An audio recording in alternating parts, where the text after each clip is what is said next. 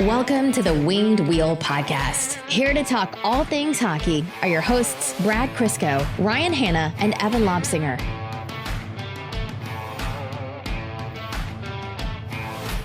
I'm doing my best to not make this opening about Kodak Black, but it's really hard to not make this opening about Kodak Black.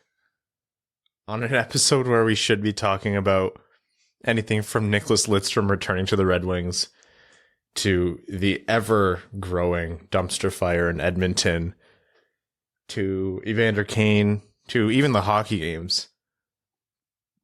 The one thing my non-hockey friends have texted me about over the past 24 hours is Kodak Black at the Florida Panthers games. I hope the Department of Player Safety does a video on it. I swear to God, I would donate to the NHL. I wouldn't even ask for merchandise or anything in return if they made a Department of Player Safety video, like a satirical This is not a hockey play. Yeah.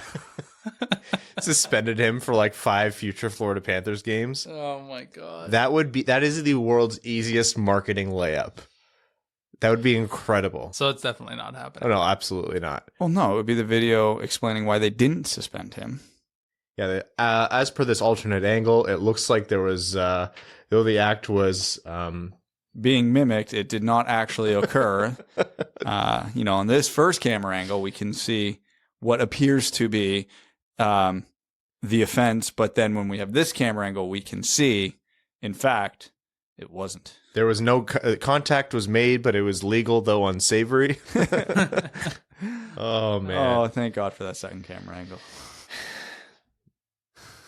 Yeah, depends who you ask. Anyhow. Well, it saved, a lot of people. Probably some jobs. Not that for the second or third time that day, I looked at my phone and went, that's not the headline I was expecting to read today. What, that someone was at a Panthers game? Literally a dozen of us are outraged. So someone, the video was from across the ice, obviously, right? And someone in the Twitter comments was like, why is it so blurry? And someone was like, did you want this in 4K, my man? Like, what, Yeah. what did you want here? Seriously, blurry's good enough. Yeah. They got the second camera angle. What more do they want?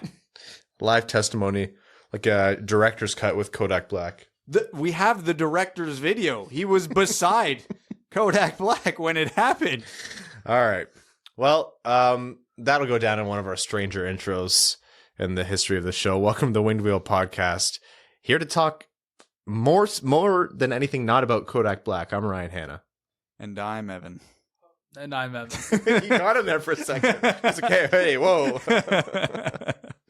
On this episode of the Winged Wheel Podcast, we'll, of course, be talking about Nicklas Lidstrom returning to the Detroit Red Wings. I was almost going to say returning home, but he's not technically. We'll get into that. We'll be talking about the Red Wings concluding their West Coast road trip. I almost said roast trip, which is Also fits. And we'll have news from across the NHL, everything from Ken Holland to Evander Kane to, if we have time for it, Bobby Clark had some words, which were funny. And then we'll get into overtime. But before we do that, I do want to talk to everyone about the Wings Money on the Board campaign. So we did a special event similar to the Winged Wheel Podcast Night fundraiser where we said this is like the Wings Money on the Board season-long campaign, but instead just surrounding one game. So people made pledges based on the San Jose game. And this came about because we had an anonymous donor say they would match approximately $1,000, the first $1,000 donated, and then their company would also toss in another $1,000, which was incredibly generous of them. And, it came out last minute, and that's why we put this together last minute, which is why we didn't have time to lead up to it. And then Prashanth Iyer, who works with us in the Wings Money on the Board campaign, also put forward another $1,000 match very generously. And then there was another company, $1,000 on top of that. So with the donations that you all raised in the span of like 36 hours from pledges from the game, we have raised another $5,000 for the Jamie Daniels Foundation through Wings Money on the Board. So that brings our total on the year, just through the two special events, to over $10,000 for the Jamie Daniels Foundation. So Crazy. Our goal for the year was, let's see if we can reach 20 grand.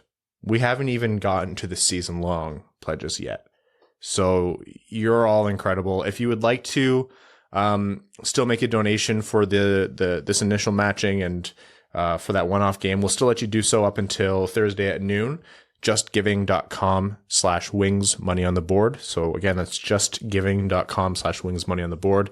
And if you want to know about how to get in on the Wings Money on the Board campaign, the season long one, and how to make your pledge and cheer on Red Wings hockey and donate to a good cause while doing it, go to wingedwheelpodcast.com/blog. So thank you all so much. The foundation thanks you, and we're really excited to keep this thing going.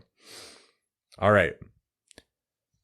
I told this story on Twitter. Evan's going to yell at me for reading out my own tweets on air, but I think it bears repeating. Years ago, when I was in school and I was taking a bus, like a Greyhound. I think we were going to Toronto for the weekend for some unholy reason. And this old guy walked up to me because I had a Red Wings hat on, and he said he knew his stuff. Like, I don't think he was just like some random person who's off the rocker that's usually hanging out downtown. Like, he knew his stuff. He was talking about like scouting and people he knew, and it all added up. And then he said, "You're a Red Wings fan?" And I was like, "Yeah." And he's like, "From the day Nicklas Lidstrom retired," I said, "now that he's gone from that team, they are not winning another cup." And that man was Gordie Howe. It was actually Nicklas Lidstrom in a mask. And I just really hope that guy's doing well today and he's around, and I would like to run into him so I can shove him over and say, "Nick's back, baby." It's time. No, Nicklas Lidstrom has returned to the Detroit Red Wings as VP of Hockey Ops, which is a general title, and it means he's going to be doing a lot of everything. My shock and my awe, like, it took my words from me. I was not expecting that at all. I think you said, Evan, that was the timing, and the news was incredibly like out of left field. But hey, Nick's back. Nothing like a random Tuesday afternoon news dump of positive information as opposed to the Friday at 5 p.m. of negative information. Imagine your first job you ever get, because being a pro athlete, doesn't really count. Right. Is you're a vice president of a company. Yeah, what'd you do? I delivered papers when I was younger, then I played in the NHL, and then, I was a vice president. He wrote a book. Okay, author as well. Yeah. I mean, it helps, right? Like, I don't think there's a real world analog. I do agree, yeah. Being a pro player definitely doesn't count at all. The millions help. The millions of dollars definitely help. And like the goodwill you've probably built up in the city and within the organization itself. Yeah, that helps for sure. And the incredible joy that you've probably brought yourself into millions of people who've watched you. But other than that. But I mean, it's just funny that your first like kind of real job is you're now a vice president of a company or whatever organization. All right. So initial thoughts on Yzerman bringing Lidstrom back into the fold. Emotional, objective. I don't care which direction you're taking because all Red Wings fans are feeling all of that on every level. Well, emotional, it was absolute unbridled happiness and excitement, at least until the game against the Sharks started. But like, there's no other way to feel. It was one of the greatest Red Wings of all time is back to help run the team. Feel like we've heard that one before. Mm-hmm. Feel like that last time that happened, it went pretty well. Yeah, Pat Verbeek. Exactly. So obviously that was exciting. And then the next thought was, well, what does a vice president of hockey ops do? So off to Google I went. Didn't really get a straight answer. Yeah. Yeah. So what I gather is the Red Wings said that they are going to involve him in every major decision and operation, et cetera, et cetera. So they are paying Nick Lidstrom to have access to his brain. Yeah. That sounds like a joke, but I legitimately think that's what it is. One of the smartest hockey players of all time is being hired to basically be a thinker for the team. Just, okay, we're thinking about doing this. Nick, thoughts? All right, we're thinking about drafting this kid. Nick, thoughts? All right, we're thinking about doing this with the coaching staff. Nick, thoughts? All right, we're thinking about this free agent. Nick, thoughts? That's going to basically be his job from what I gather. I got a question from Arjun, actually. He messaged me when this was all going down. He's like, what does a VP of Hockey Ops do? Is it like the Zamboni drivers? He's like, I like to think all the Zamboni drivers report into him. And I'm like, Very funny, but no, it's the arena DJs as well. But in general, people do have that question, and you're right, Brad. There is no definition to it. The NHL and actually professional sports in general, for people who aren't terribly familiar, there's no prescribed structure that you have to adhere to. You're going to find some teams with the president of hockey operations. You're going to find some teams that don't have one. Some teams have a president of hockey ops who's purely like ribbon cutting. You show face, you'll talk at the press conferences, but the real meat and potatoes is run by the GM. And some teams, the president of hockey ops makes all the calls, hides in a back room, doesn't show his face at all, and the GM just executes and is the one talking to the media. There's a million different things that you can do. No one got shoved out for this to happen. They just created a new VP of hockey ops role for him, for Lidstrom, and you have that freedom. And I completely agree. The Nicklas Lidstrom he's not one of the greatest players in Red Wings history. He's one of the greatest players in NHL history. Top 2 minimum defenseman of all time, in our humble opinions. Was one of the smartest players to ever step on the ice. He was involved in scouting in Sweden a little bit right after he retired. Obviously, he stays connected with Kronwall and Holmstrom to some capacity as well. And I was reading actually Max's piece. Max wrote a really good piece very soon after it came out. So bless Max and his typing fingers for doing this. All this after he's wrapping up a long West Coast road trip with, I know, a lot of flights and travel between. But what Max wrote was that it essentially boils down to Lidstrom watching a shit ton of hockey. Watch the prospects, watch the games. You know, what about moving this kid over here? What do you know about this league? Again, Brad, I think the coaching and the structure of the organization is a big one as well. This is an emotional thing for fans. A lot of us grew up on the Yzerman, Lidstrom, Fedorov, Larionov, that era of Red Wings who raised those cups. But from an objective level, this can't be anything but a positive. Is it going to translate to wins tomorrow? No. But didn't translate to a win that night. No. Think of all the good that bringing Nicklas Lidstrom. Oh, you meathead! You turn the table off. You're not gonna be able to do it. The pins are too. This is gonna be a disaster. Anyways, think of all the good that bringing Nick Kronwall. Oh my God, you have. Oh yeah, it worked. You're welcome. Thank you. I was wrong for ever doubting you. I'm sorry, and you're welcome. For those not watching on YouTube. Well, go watch on YouTube. Bringing Nick Kronwall into the fold and having him oversee defensive prospects or prospects over in Europe and Sweden has paid dividends already. So it's an exciting time, and it's exciting not just for happy this is familiar reasons. I think obviously in roles like this, you have all the time in the world. So I do think they will involve Lidstrom in individual decisions like, hey, who do we like in the draft? Hey, what should we do with Zadina? Hey, what do you think about Seider's game? But I think where they probably, I'm not going to say this is what they're thinking, but what I think they should really lean on Nick for is more so the macro philosophy type decisions. What type of hockey team is going to win in the current way the game is played? Just ask Ken Holland. Score more, get scored on less. Exactly. Boom. Just did it for free. You're welcome, Red Not Wings. wrong. But yeah, no, in terms of systematically, what type of players you need, roster construction, that type of thing, I think that's where Nick's going to bring a lot of value because, A, he's just a smart guy. He's a smart hockey guy. He knows his stuff. But he's been there, done that through multiple eras of the NHL because when he won his first cup in 97 to when he won his last cup in 2008, the NHL was a very different landscape, a very different game, very different everything. So whatever way the NHL tends to be trending, he's got the experience of been there, done that, won that cup.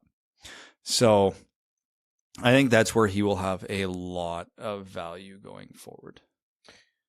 The best part of the whole press conference, though, was Nick was just saying his thing and saying, I'm very happy to be joining this team, this organization. And Steve Yzerman said what everyone was thinking. I'll play it for you.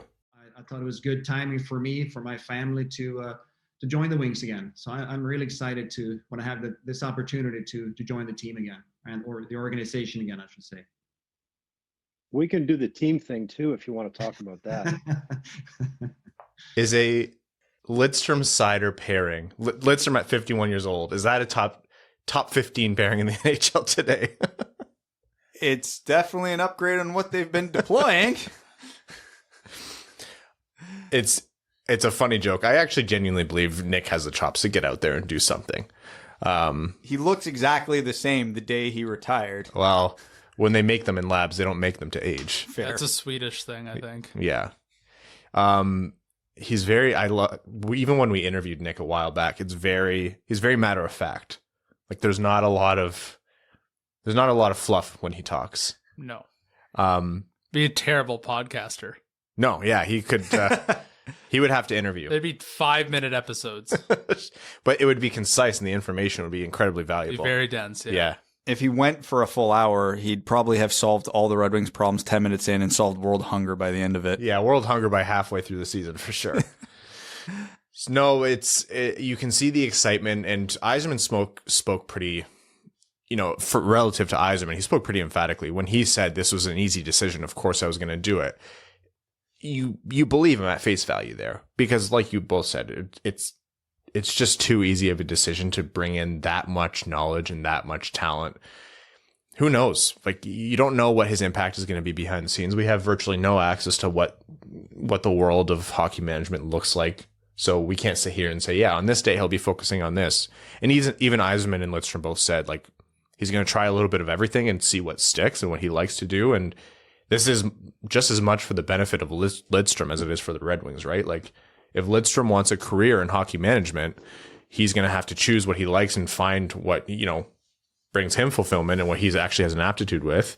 You have to imagine Draper will be interviewed for GM roles someday. You have to imagine Verbeek is going to get poached someday. Like, these guys aren't all going to stay in the Red Wings system forever. So much the same, Lidstrom wants to feel out what this world is like and what he can do. You have to keep a deep bench in both your hockey team and your organization. Absolutely do. I don't think there's such thing. Well, they're halfway there. I don't like there is such thing as too many cooks, but the Red Wings are a rebuilding team in more than one way. And when Ken Holland and his brain trust left, you can't just reset an organization overnight.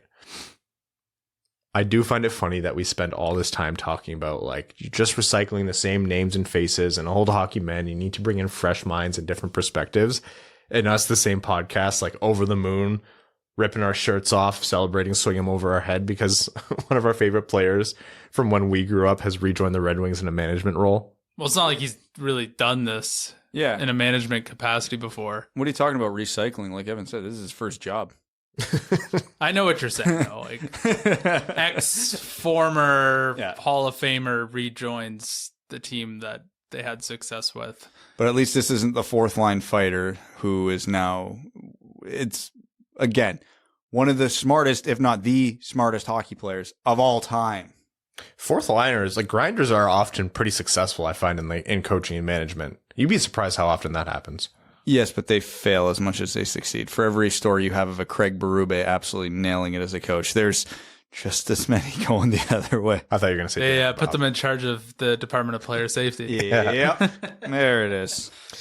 Well, there's a problem where you recycle management in terms of your Edmonton, for example. They just keep the same people around forever. Or they just keep bringing in all the old hockey boys. They're the Eric Andre meme of him shooting himself. Yes, exactly.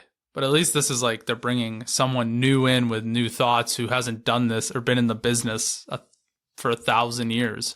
For people who are watching back when this happened, remember when Jonathan Ericsson joined the Red Wings and he had that playoff? The Red Wings had that playoff run that year, and he played on Lidstrom's pairing. And a lot of people, myself included, thought Ericsson was going to be something not special like Lidstrom, but a really, really good defenseman.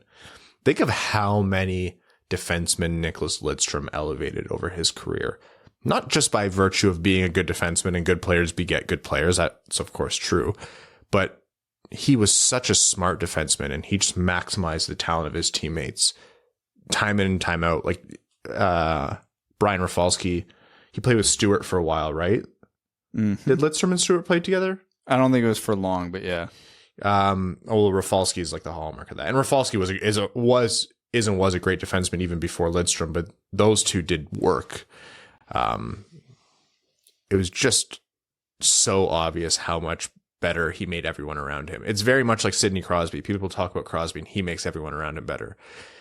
And if that translates to Nicklas Lidstrom, who says he's going to be taking a focus on the defense and improving the defense and building out the defense, that means big things for Detroit. At the very least, we have something to feel good about here. And in all reality, this is going to benefit the team in a developmental way down the line. And it might be hard to kind of evaluate that, and we could never. So you'll just have to listen to three meatheads on a podcast, take their best guess, but nothing but a good thing for the Red Wings in my mind. Am I biased? Yeah, but I don't care. This hiring's worth it just to have Lidstrom in Edmonton and Seider's ear for the next however long. Genuinely, though. There's any time, it's now. And that kind of thing matters. It's not easy to move however many thousands of miles away from home, play in a brand new country for a brand new team in a brand new league, the hardest league to play in the world. You have all these expectations on you. Very obviously that didn't bother Seider, but he still has a whole career ahead of him. And Edmonton also has a lot of expectations. There's a lot on his shoulders. So yeah, like, hey, here's what you should do on this play, or here's how you use your positioning rather than your physicality or what have you. And, do this to work on your shot. That stuff all matters. But also just like being a mentor and a coach for these kids, that counts. All this should be said. Lidstrom is staying in Sweden. So they mentioned like for, I don't know how long, or if he's never going to come and move to Detroit, doesn't really matter. He's going to take on this role from Sweden. So what a gig, right? What a gig. Like, you can stay where you are. You can figure out what you want to do in this job. It's all good. We're literally just paying you to answer the phone when we call. What a job. He has the work from home role we've all dreamed of, because work from home gets hard for some people. First of all, I think people who still have to go in every day, like, all the respect, and work from home is not easy for people as well, depending on your role. But he has the best of work from home and the best of a new job and the best of like no expectations. It's literally the greatest job of all time. And he's earned it. He's earned it. Oh yeah. You get the nickname the perfect human with your time on the ice. You've earned the gig as well. Pretty cool job. Yzerman's belief system on how to build a team, he's not ever going to like dictate out to the public what he thinks exactly a cup-winning team should be, but he has his kind of archetypes and his tendencies, and he really does believe in a rock-solid blue line. Like, I don't want to say he builds from the blue line out. It's easy to say that when you have Kucherov and Point and Stamkos and everyone else, but really that blue line in Tampa Bay was kind of one of the hallmarks of Yzerman's drafting and building the team. So he valued Nick's opinion, obviously, when they were playing. Nick was his successor when he was captain. You have to think he's going to go to Nick for all things defense, too. Like, bodes well and inspires confidence.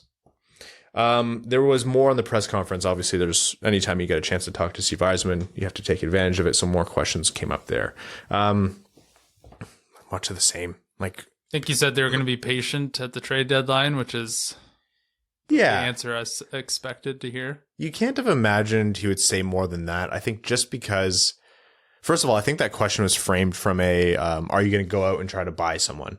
Like, I think that was stemming from Friedge's question where he was like, this rebuild is accelerated. What's the timeline like, et cetera, et cetera.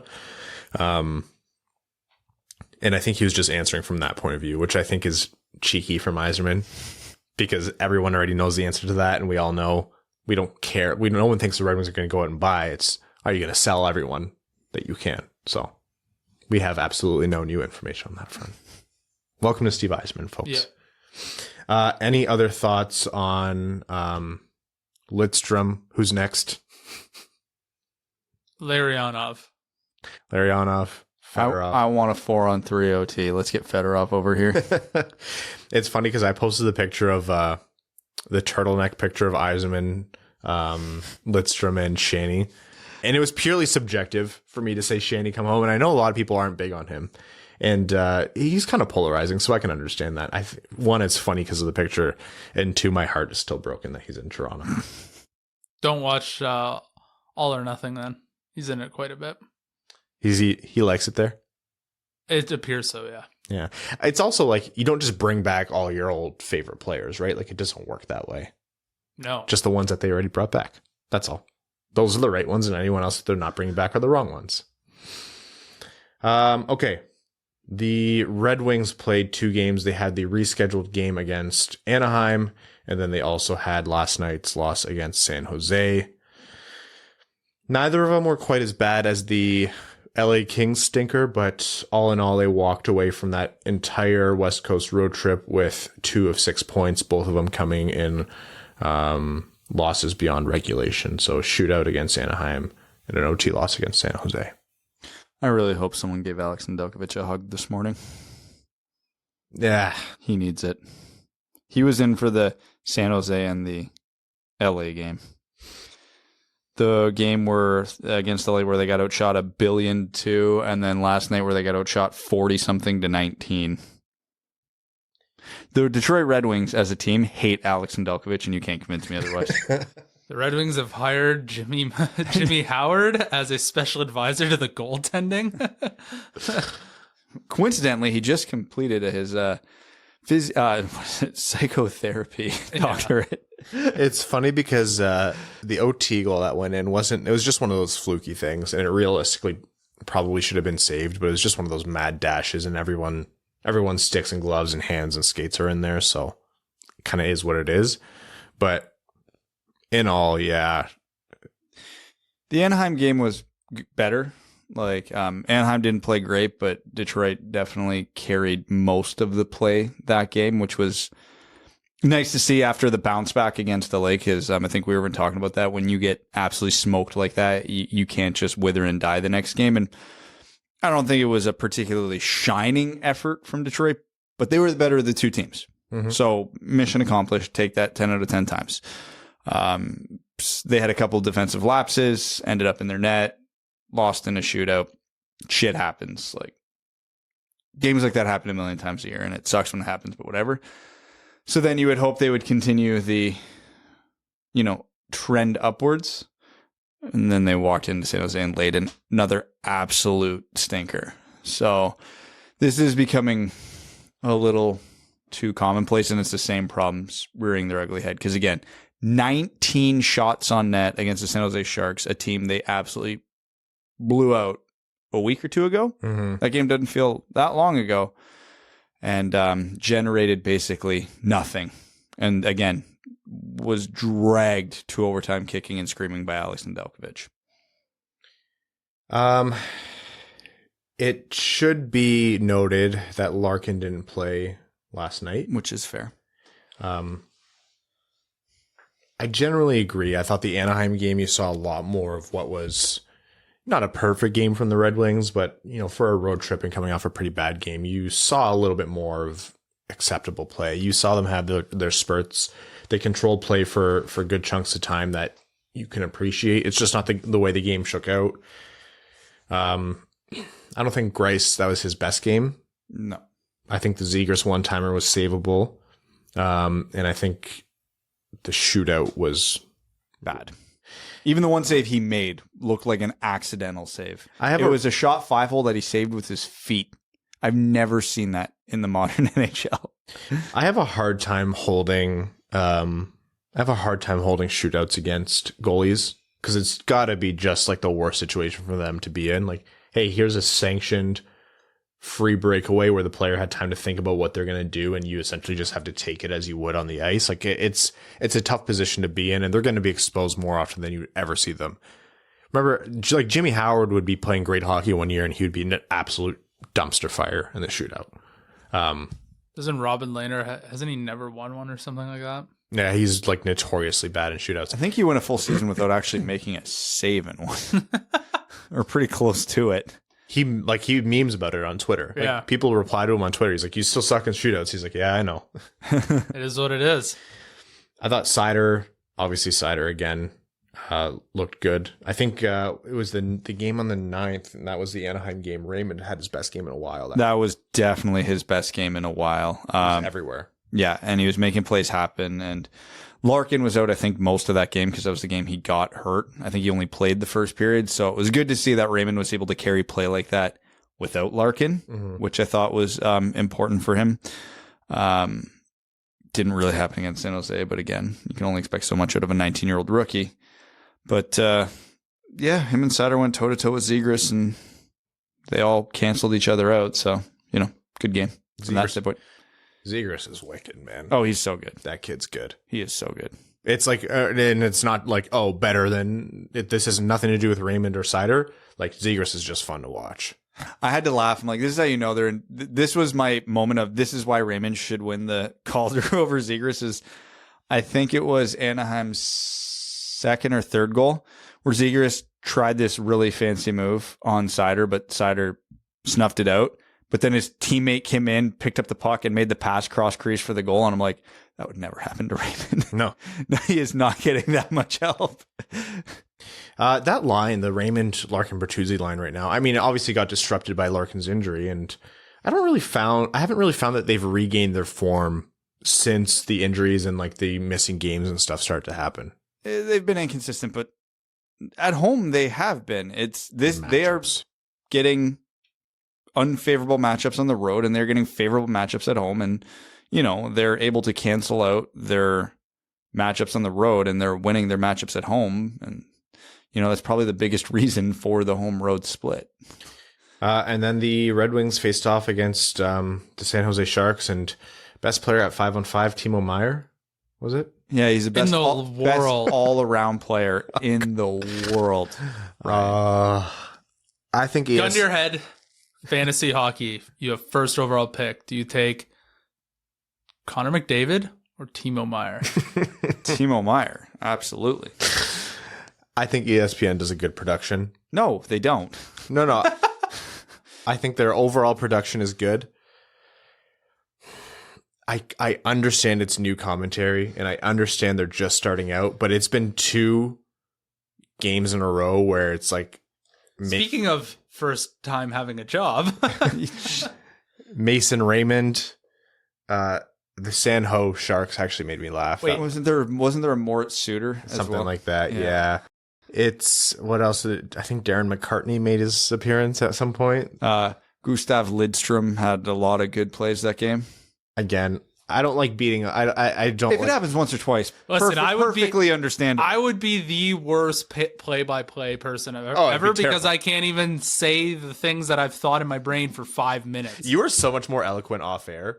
Like, you freeze, and I understand completely what you mean. And I just all of a sudden have a marble mouth and can't say anything. So you know what, going on live TV and having to do that is definitely terrifying, and it obviously takes time to really hone. But my God, was there nobody else? The time is being took. Yeah. We're learning on the fly. We're putting down the tracks as we're going over them. I'll end this on I sincerely didn't think I could appreciate Ken and Mick any more than I already do, but boy, do I ever. Man, the ones who are the best make it like... We're spoiled. Yeah, it's just so easy to listen to, and it seems so natural. Yeah. Well, I hope they get better because we're going to have them for... Yeah, I'm not rooting against them. I'm sure they're good people, and they have the contract for a long time. So like Ryan said, we got to deal with them. So I'm hoping that this is just, getting used to it, getting the practice in, working out the kinks, but rough start. And nothing's worse than you messed up and then you hear about it online. Oh, yeah. Yeah. Everybody's hard on you. Don't know what that feels like. Yeah, definitely not. Brad, you're completely uncharted territory. You've never fought any Twitter battles in your life. Not one. Never once looked at my replies. So I do feel for them because I'm sure that they are kept up at night when they think about all the mistakes that they made in one game, or someone points out one that they didn't even know they said. It's a tough go, I'm sure. Yeah. Just delete social media. That's truly. Brad, you've never picked a social media battle in your life. Well, yeah. Did you like my response to that one text you sent me yesterday? Yeah. Anyhow, the Red Wings opened up by tying the game. Or sorry, they didn't open up. They opened up by going into the first period with a deficit. Tyler Bertuzzi redirected a perfect pass from Philip Hronek into the net. Moritz Seider got the secondary assist there. Nick Leddy scored a bizarre floater, just really weird. The shot shouldn't have gone in. It beat Aiden Hill. Do you think, we probably don't have the camera angle of it, but do you think when that shot went in, Philip Zadina snapped his stick on the bench? God damn it. He chokes on his water. Yeah. Yeah. It's like Big Daddy. You give him all the easy ones. Yeah, that was Nick Leddy's first goal of the year, and more importantly, first goal as a Detroit Red Wing. So, hey, for people like Nick Leddy, obviously that's a long time into the season without any goals, and that's how they have to come. And that's how Philip Zadina has to shoot as well, just everything and anything at the net until one goes in. Yeah, you were mentioning it. Philip Zadina is a broken man right now. He is just not shooting because he knows it's not going in. Here's the thing, and I don't... After that overtime shift against Anaheim, where was it him, Seider, and Seider, for like a minute to a minute and a half, were absolutely dominant and had like 5 scoring chances. None of them went in. Philip Zadina was stopped on one, hit the side of the net on the other, hit the outside of the post on the other. I'm like, yeah, those are the last shots he's ever taken in the NHL. He is passing at every opportunity now. And the thing is with that overtime possession, this is, like you said, back to the Anaheim game. I'm glad you brought it up. It was good, right? Like, it was good possession, but possession in 3-on-3 overtime isn't inherently hard. It seemed like they stopped short of doing anything with it. They didn't create You're talking about the Red Wings as a whole or that line? That overtime shift. They had a lot of chances. They shot the puck a bunch. They did, and that was good. I'm not saying they did a terrible job, but I think they had the skill to, open up more seams, create more space, get more movement from the goalie and the defense. It's easy to collapse when you're defending a 3-on-3, and that's what they did. They just mucked up all the high danger areas, and that's good strategy by Anaheim. Suter had one and Zadina had one that were the post. They were high danger chances. Like, those are ones that any confidence in Zadina's game, and that's in.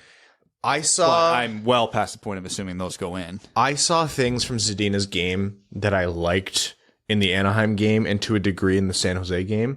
And I saw a lot of things also where I was like, man, this isn't him. What is he doing? The San Jose game was him, like I was kind of joking about, saying, yeah, I'm done shooting the puck. Like, it's just not going in. You were talking before we recorded about the 2-on-2 he had with Seider, where he got the pass and just double clutched it, and it was a turnover, whereas that is a 2-on-1 99 out of 100 times for Zadina. I in that same conversation, I was mentioning this was a play I knew Zadina was broken, where, not that this is news to any of us, where he was in his spot on the power play. Seider gave him a pretty basic pass, but the San Jose penalty killer overcommitted to Zadina, and Zadina really deftly, instead of hard catching the pass or one-timing it, kind of caught it in motion and used the momentum of the puck and his body angle to actually very smoothly step around the penalty killer and open up a lot of space for him. He was kind of on a bad angle. I want to say he was just below the dot. But when you're in a slump, that's a shot you take 100 out of 100 times, especially when you're a talented shooter like Zadina used to be. And he tried forcing a pass that wasn't there. That was if I could just encapsulate Zadina's whole season, it was that. And it's like made a beautiful play and then just nothing. Yeah, and like he'll spring Giovanni Smith for a break where it's like part of it was there wasn't a lot of puck control, and part of it was Giovanni Smith and not like Dylan Larkin receiving it. Yeah. And that didn't convert. And then it's like, yeah, he's afraid to make mistakes, so he's making mistakes. And anyone who's played hockey has been there. I was very much a player who's in my own head. And I was there quite a bit. Like, just so afraid. You're not even trying to, like, you're not even at the point where you're like, I need to do this to make myself better. You're out there and you're like, I just need to do what is expected of me tonight, and that's making me anxious. Dude, that literally happened to me this season. Like, I got off to a really rough start this season. Yeah. I had 3 points in my first 9 games, and then I had a couple go in, and then I finished with 5 and 4 before the shutdown. So it's like, Brad, we need Zadina to do the same thing. And hey, we both wear number 11. Just Brad equals Zadina. You've heard it here first. There we go. The math adds up. That explains the hate Zadina gets online. Yeah, honestly, poor guy. But no, like, you're exactly right. He just needs that shitty one to fall, that accidental primary assist, that Nick Leddy type goal where it's just like, of all his shots, that's the one that goes in, or whatever. And then you get a little bit of confidence and the floodgates come back, because we've seen Zadina do this at the NHL level. It's not like, oh, he was a talented scorer in junior and it just didn't translate to the NHL, because that happens all the time. No, Zadina's rookie year, he was a half a point per game. It was fantastic. I remember clearly that season, more than often than not, we were coming out of a Red Wings game going, Zadina was the best player that night. Yeah. As a rookie.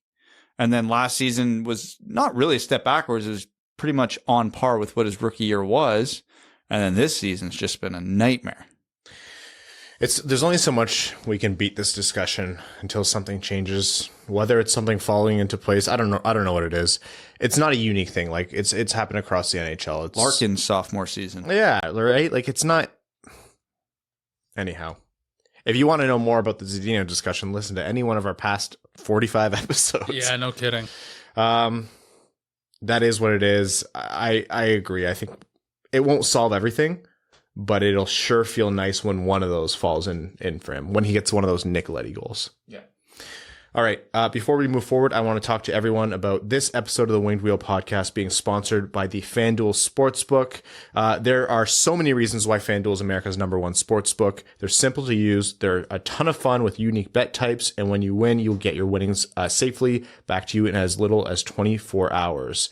It's easy to get registered, easy to deposit, and easy to find your bet. Again, the withdrawals are quick, and every day there are some odds boosts or special bets, especially on the weekends.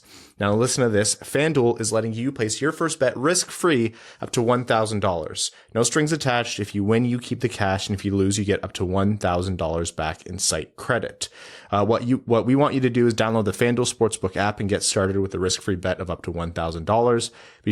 Be sure to sign up with promo code WWP so they know the Winged Wheel podcast sent you.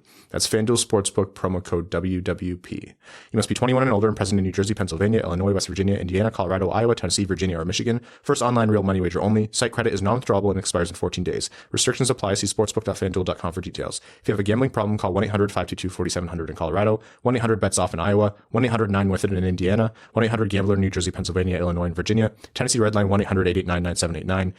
1-800-GAMBLER.net in West Virginia, or call 1-800-270-7117 in Michigan. All right. They really need to stop putting Ken Holland in front of the mic.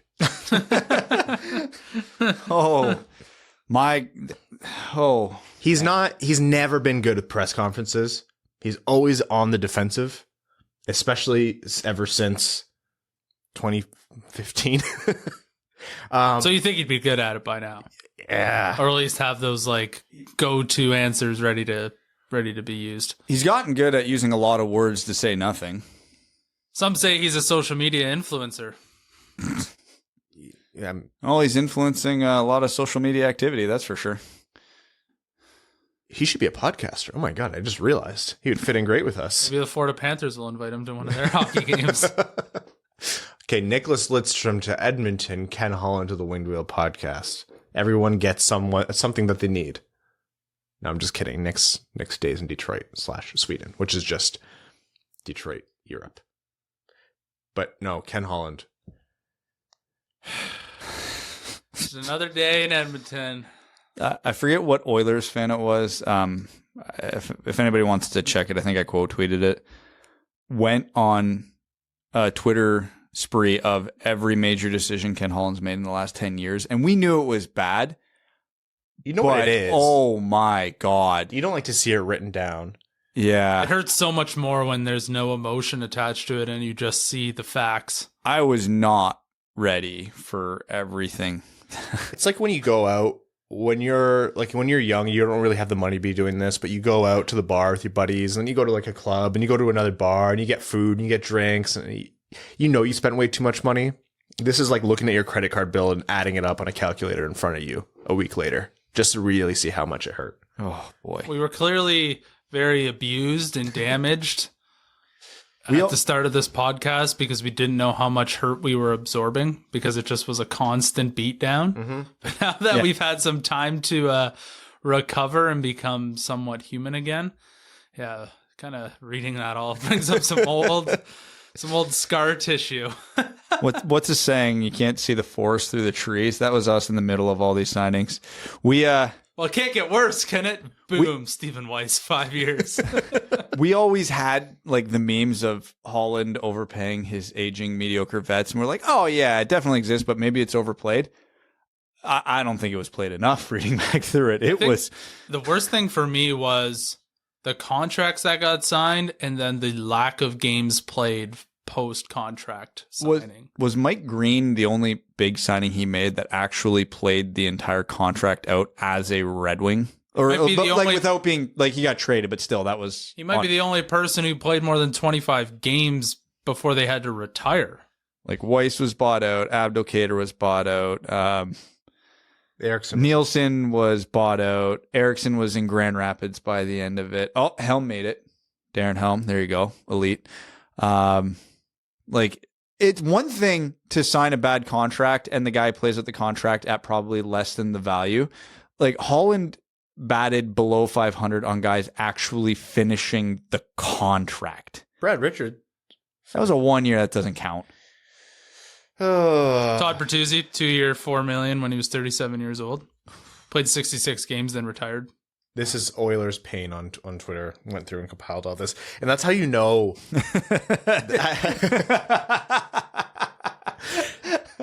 That's how you know it's getting rough over there. Look, Red Wings fans knew, but I think Red Wings fans for the most part were like, hey, it was a complicated situation with Kenny and things got heated towards the end from the fan base. But I think the euphoria, to put it lightly, of Steve Yzerman coming home to Detroit really cooled down the temperature on Holland, and a lot of people were able to say it didn't go well in the final stages of your career here, but you did a lot for this team and you were here for a lot of cups and success.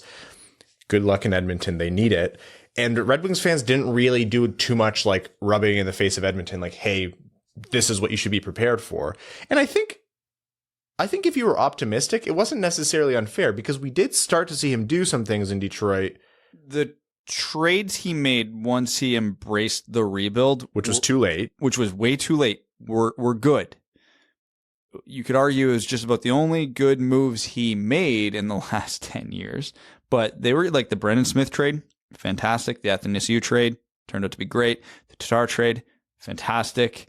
He was doing well in that department. And it was nice because we all like Ken Holland, and, before the last 10 years, he was a good GM before that, multiple cups, etc. We all know the story. And it was nice because even though the fan base for the most part was absolutely done with him by the end, the fact that Yzerman got hired before Holland left meant that the feeling, and euphoria is a good word, of Yzerman returning was the prominent feeling and not the feeling of, oh, thank God he's gone. We didn't have a lot of that because it was, hey, yeah, good luck, Kenny. We got Stevie, not like Vancouver this year when Benning went. The fan base wasn't happy about the next guy coming in. It was just like, oh, thank God that's over. Yeah. If we didn't have the Yzerman, the feeling very much probably would have been that. And then what's getting Edmonton fans right now is Kenny's went to Edmonton and making all the exact same mistakes, the same old guy, too much money, etc. It's happening again. And now we have the added treat of, he's really trying to sign Evander Kane, who... Hey, you know what? On paper, that might actually be his best value deal. Yeah. If it goes through.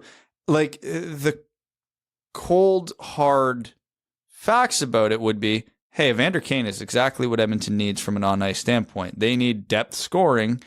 They can get him cheap, and it costs them no assets. And Ken Holland said in his press conference, everybody deserves second chances. And I am very firmly with Ken Holland on that. Everybody does deserve second chances. I'll say almost everybody deserves second chances. I just think Kenny forgot how to count. Because this isn't number 2 for Evander Kane. This is like 7, 8th, or 9th. Due to the power of... Yeah, we're working with orders of magnitude here. Yeah. I'll describe it this way. Evander Kane, and an allegation or accusation does not a conviction make. We'll put that out there, and it's worth saying. There are 5 different unique items in controversies and legal issues on Evander Kane's wiki. That's it? Yeah, it's just that. Well, I mean, assault and harassment charges, gambling debts. They had and to lump together. You consolidate. And hey, look, I think it's a coin toss whether Evander Kane makes it back and sticks in the NHL. But just going back to Ken Holland here for a second, I knew it was reverted back the moment he signed Zach Kassian to a 4-year, nearly $13 million deal. And that was who he wanted to play with Connor McDavid and Leon Draisaitl at times on that top line. Or most of the time. Like, I can't actually remember. Don't worry. Oilers Payne also listed his Edmonton signings. I have them right here. Zach Kassian, 4-year deal, $12.8 million. Kyle Turris, 2 years, 1.65. Traded a fourth for 2 games of Mike Green. Thank you. Which is, traded 2 seconds for 13 games of Athanasiou. Thank you, Kenny. Tyson Barrie, 3 years at 13.5. Total, yeah. Nurse, 8 years, $74 million contract. I mean, traded Ethan Bear for Warren Fogle. Traded Caleb Jones for Duncan Keith at a full cap hit. Yep, no salary retained. And that's about it. That's notable.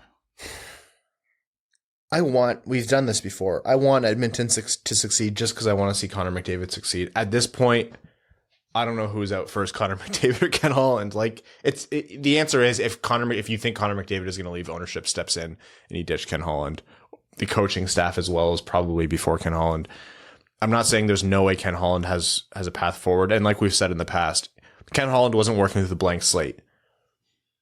Yeah, he had Leon Draisaitl and Connor McDavid. Yes, Steve Yzerman had the advantage of time and patience, so he was able to tear down before he rebuilt. Ken Holland was on a tighter timeline because he had already there was already wasted years of McDavid and Draisaitl. But you also have McDavid and Draisaitl.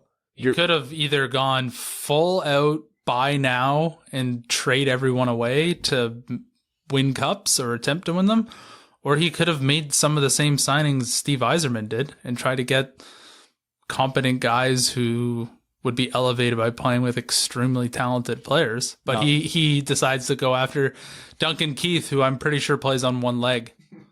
No, Pius Suter was absolutely too young for Holland to sign. Mortgage the shit. He's not Canadian enough. Yeah, mortgage the hell out of your futures. If you are a GM on a team that needs to win immediately and you have the best player on the planet and someone who is making a great conversation for being second best or around there. Yeah, I think we talked about this a few weeks ago and it bears repeating. It's like, what do you do if you're an Oilers fan right now? Because if I have McDavid and Draisaitl, I'm doing exactly what Pittsburgh does and I'm all in every year until those guys retire. But as the last 10 years have shown, and as Oilers Payne so eloquently typed out, the moves Ken Holland makes generally don't help your team. He's not good at evaluating talent at the NHL level anymore. He's just not. He'll go out and make a trade.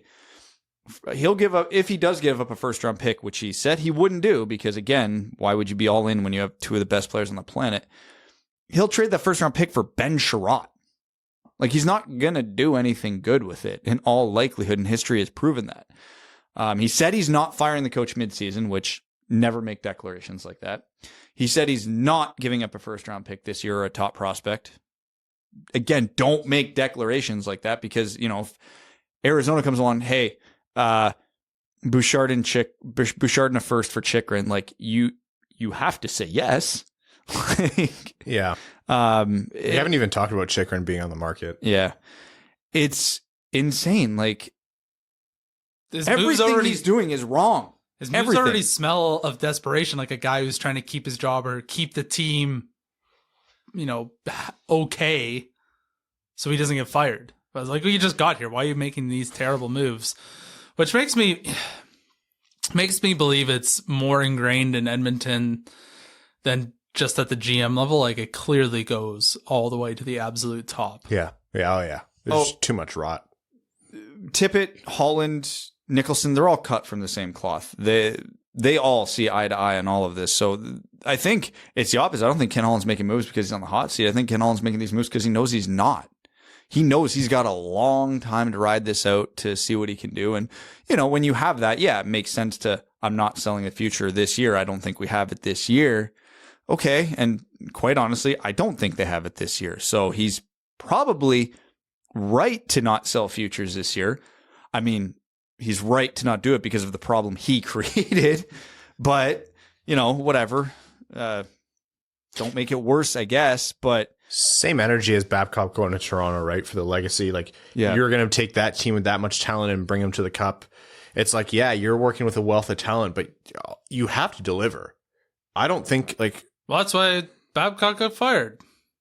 That and the other shit, but yeah, he in all honesty, I say that the other shit, but you're right. Like he was not delivering. Too many underwhelming performances, decisions that he made directly, which cost them like games. And literally, all your job is when your team is at that point is to be a motivator. Don't hold them back. That's literally all you have to do. All you have to do is go into the locker room and say things to get those players to maximize their on ice ability. That's literally all you have to do. You don't have to squeeze anything extra that a player otherwise couldn't do under any other coach. Just let them go. Make sure that they're playing their best game. That's all. That's literally all. That's why anyone can be an Olympic head coach for Canada. Yeah. Because all you got to do is say something stupid out about how everybody's watching this at home and you guys are living a historic moment, and they go out. Connor McDavid goes out there and scores 6 goals. Like, you don't have to do anything. Stand behind the bench and call the lines. Yeah. Like, it's happening in Edmonton.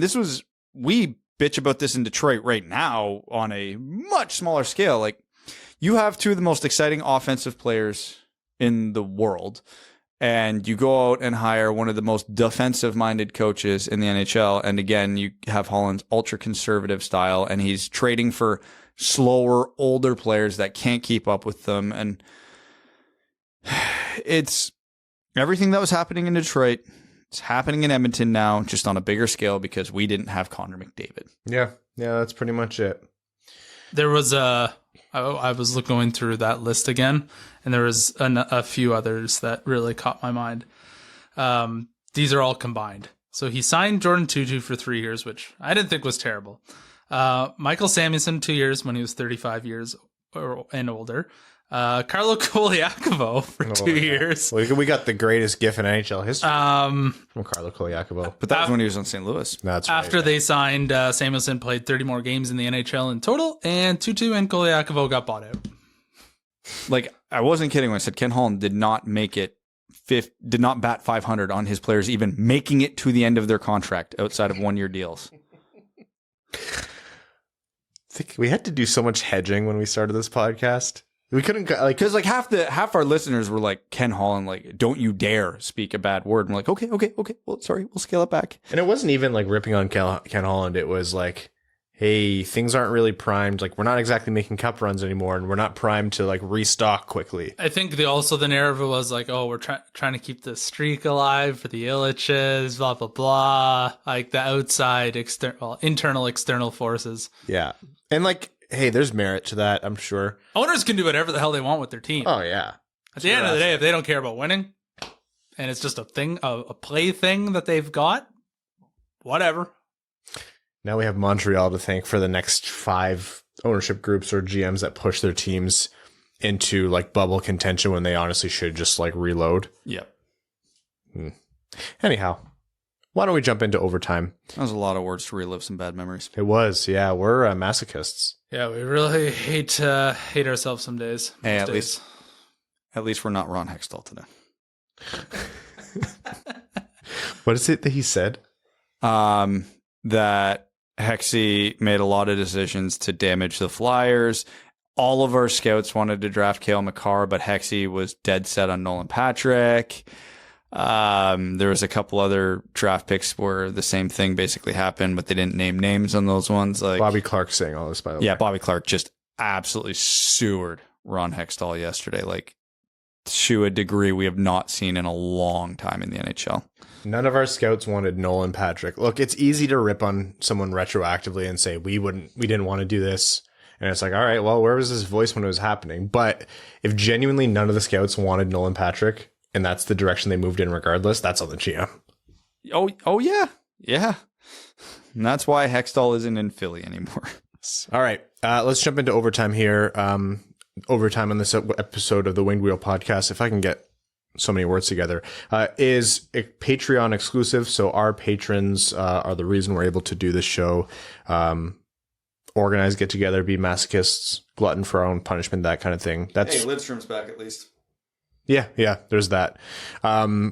thank you all so much for your support. It genuinely means the world. And for all of your kind messages. I know a lot of people come out and you send a lot of kind words when we have the fundraising campaigns. So that's genuinely driven all by you and the incredible Red Wings community. But thank you. So patreon.com/wingedwheel podcast if you want to support the show.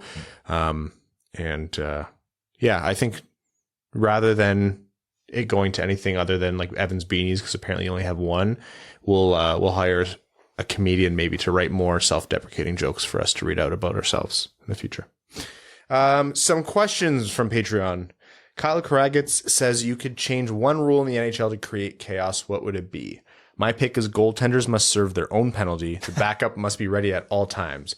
When the penalty is over, the goalie comes out of the box and joins play or goes to the bench.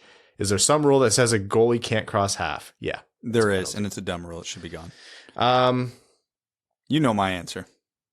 No. I've talked. He said to create chaos. Yeah, it's stupid chaos, but yeah, Brad wants to eliminate the offside rule. Just not reviews. Just get rid of offsides entirely. Yeah. There's one that's not really chaotic, but I actually do like it, is if you score shorthanded, you kill the penalty. That's not chaotic. It's common sense. That's a good rule. I would be in favor of them actually doing that. That's that one. Merrick brings that one quite a bit. You score a shorthanded goal, the penalty's over. Congrats. That's your reward. Bonus no reward. more goaltender interference. It's not a penalty anymore. You can just run them. Not never ending 3-on-3, but I think 3-on-3, then down 2-on-2, then down to 1-on-1. House league tournament rules. Yeah. Hell yeah. You can play 2 goalies, but you can only have 4 players then. Oh, that's fun. With no goaltender interference. Alex Nedeljkovic is going to be paid $10 million from now on. You're allowed to hit goalies, but it has to be your own goalie. So if you have a power play, Nedeljkovic just has to come down and run one of the guys out of the crease. AJ Voss says this might be an unpopular question, but what makes the Lidstrom hiring different than any other instance where a team has hired a former player in a front office spot, only for it to be seen as an old boys club hiring? I know he's done some scouting for us before, and that timing with family life was a big reason he hadn't done anything like this. I don't have a problem with the hiring because Nick Lidstrom was my favorite player, and the reason I wanted to be a defenseman growing up, and I trust Stevie and the Illiches to vet candidates. I'm just surprised the public opinion was so positive. Simply put, taking all the bias aside, it's because this particular player's reputation was being the smartest person in every arena he walked into. Also, what's the net negative here is my mind. It's like he's not being, if he was like thrust into the GM role, like let's rewind time and say Lidstrom hired and not Holland, or, Steve, God forbid, retires tomorrow and they're like, oh yeah, Lidstrom has a role with no experience. Then you're like, oh, not great. Yeah, let's dial that back. But it's an advisory role. We're going to make our coach Wayne Gretzky. Hey, that went well in the past, right? Yeah. Where's that team? What's that team doing today? Fighting off relegation. Yeah, everyone says they want the European style. Kodak Black's date. Also, I should say that's a very fair question from AJ Voss, and we did address it a little earlier in the show, but it bears repeating. I think it's very okay to be happy on an emotional, sentimental, like nostalgic level, but you're allowed to look at this objectively too. Kodak Black's date says, hockey's fun. Which number do you think Edmondson was on Detroit's list? Top 3, I would guess, just based on what they look for and like to draft. Big, physical, skating, skilled defenseman, that would be very high on their list. I still maintain that Mason McTavish would have been the only player they would have taken over Edmondson there. Power. No. Like, Power wouldn't have gone there, though. No, yeah. I think their top 3 probably would have been Power, Beniers, and then I would say McTavish or Edmondson would be a toss-up. Well, Kent Johnson went right before him. He is the exact opposite style of player they usually take. I was just going to say. Yeah, I think McTavish, the centerman, that's something that they would have loved to have filled, but the way they spoke of Edmonton and how excited they were, and the direct spot, like the direct need that he fills, yeah, I think he was 3-4. Also, another quick question. With Prime Stevie and Nick Lidstrom on our team, are we a playoff bubble, playoff shoo-in, or cup contender? Playoff shoo-in. Edging on to cup contender. Yeah, closer to making the finals than missing the playoffs. Yeah. Because, like, not only are you getting those two talents, but you're pushing, let's say Smith and we'll say DeKaiser off the roster, right? So everybody below them is in a more appropriate slotting. One of the greatest players of all time. And this is assuming health. We have Verana in this hypothetical. In his prime. I honestly think that's close to cup contender. Two of the greatest players of all time in their primes. Still looking at the bottom 4 or 5 forwards and the bottom couple defensemen. That being said, fully healthy though, with Stetcher, Verana, and those two, yeah, that's a much different team. Jan says on a recent pod, Frege said Phoenix might look for goaltending to be part of the Chychrun return. Considering Ned's stellar play, would you be comfortable with a Kosa plus for Chychrun? And what would that plus have to look like to get it done? That's a really interesting question because I personally would be comfortable with that. Wait, what was the like? Would you ask? deal Kosa plus someone else for Chychrun? I think their ask is way more than that. Yeah, that's the plus. Like plus. Yeah. It's going to be a big plus. And I think that's part of their question. But I think for the first part of the question is, would you even consider adding Kosa? And for me, I would. But I don't see a world where the Red Wings ever do that based on the draft capital they spent on him. Chychrun has the two most important things going for him in the NHL, or I'll say the three most important things going for him in the NHL involving a trade right now. 1, he's really good. 2, he's not that old. And 3, he's cost controlled at a great cap hit for many years. Like those are all, you're giving up a premium piece for each of those things. If Kosa's one of the pieces, yep, fine. I'm absolutely okay with it. Kosa, I'll pick a lottery protected first in Joe Veleno. That would be about what it would look like, yeah, I would think. I think Arizona's going to squeeze the hell out of someone for more. Probably. Yeah. I was only semi-confident. Yeah. It's not heinous. Like it's not, you wouldn't offend them with that offer. They would, I don't know. That's interesting. They might want at least a roster player for Danny DeKaiser. Who says no? Oh yeah, absolutely. Thomas Greiss, 2 goalies. Yeah, exactly. So when they change the rule, they're ready.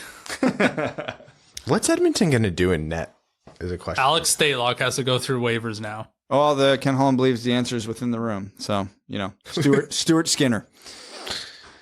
Connor McDavid thinks he's hot shit, but I have not seen him make a single save this year. So See Connor McDavid's press conference today? Yeah. That is a broken man. If they sign Evander Kane and he has to deal with that, he is going to demand a trade. I don't think he cares. I think he wants people who are going to win hockey games, and I think he's been surrounded by too many people who don't explicitly He had a quote today saying Evander Kane is an awesome hockey player, which is true. It is true.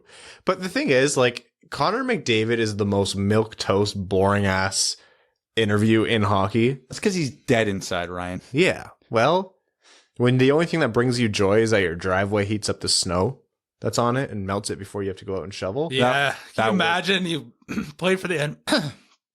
Are you all right, man? Rest in peace, Evan. Wow. We still have the Patreon exclusive. He has to go out, play for the Edmonton Oilers. Probably the terrible experience, plays his heart out.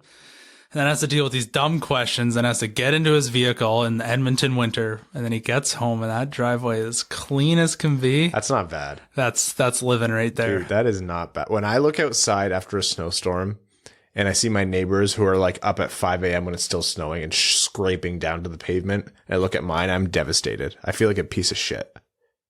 And now you know the inverse of how Connor McDavid feels. Shoveling at 7 a.m. when it's still snowing, such a rookie move. It is.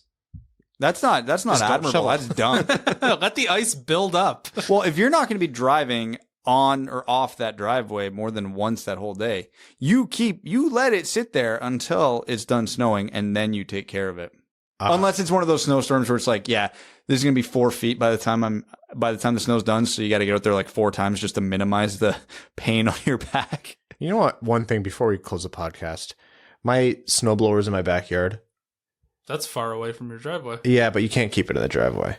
Oh, yeah, that's where true. I live, right? So I've been waiting for a big snowstorm to finally use the one I have, and I'm just going to literally just go around the neighborhood blowing out everybody's driveway. That's all I'm going to do for like half the day. I thought you meant like blowing the snow into their driveway. That's what he meant. I haven't developed any enemies quite yet, but we'll find somebody.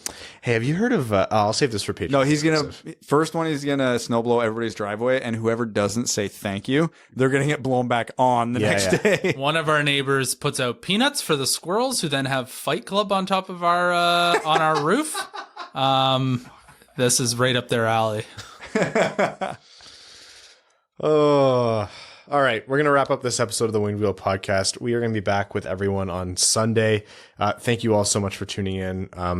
Thank you all so much for donating to the Wings Money on the Board campaign in benefit of the Jamie Daniels Foundation. Shout out to Prashant Iyer as well for not only helping organize this whole thing, of course, but with that incredible match, the generous donation. All of our listeners are name-level sponsors of this podcast.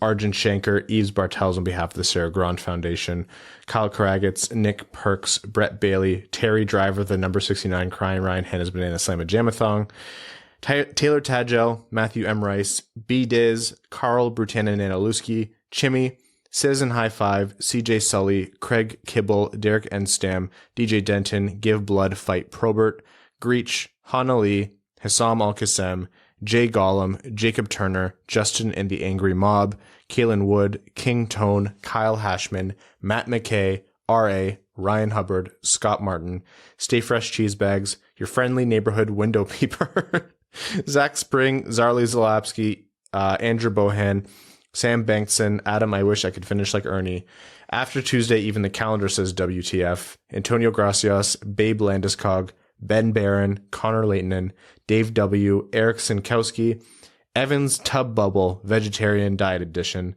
Evans Bingo Card, James Laporte, Jeremy Brocker, John Evans, Josh Yelton, Kevin McCracken, Quaz, Logan Stull, Matt Keeler, Matt S., Max $1 million, Pippi Long Nippies, Revi DeLuca, Terry Actual, Trevor Pebavar, Zach Handyside, and Zach McCann, a driving range superstar. Cheers, everyone. Thank you so much, and we'll see you later this week. And Thanks for tuning in to the Winged Wheel Podcast. Be sure to check out wingedwheelpodcast.com, where you can subscribe to the show on iTunes, Spotify, or wherever you get your podcasts. You'll also find links to other ways to support the show, such as Patreon, official podcast apparel, and more. And don't forget to follow the show on Twitter at Winged Wheel Pod. And of course, the hosts at Brad Crisco, at Ryan Hanna WWP, and at Hockeytown Evan.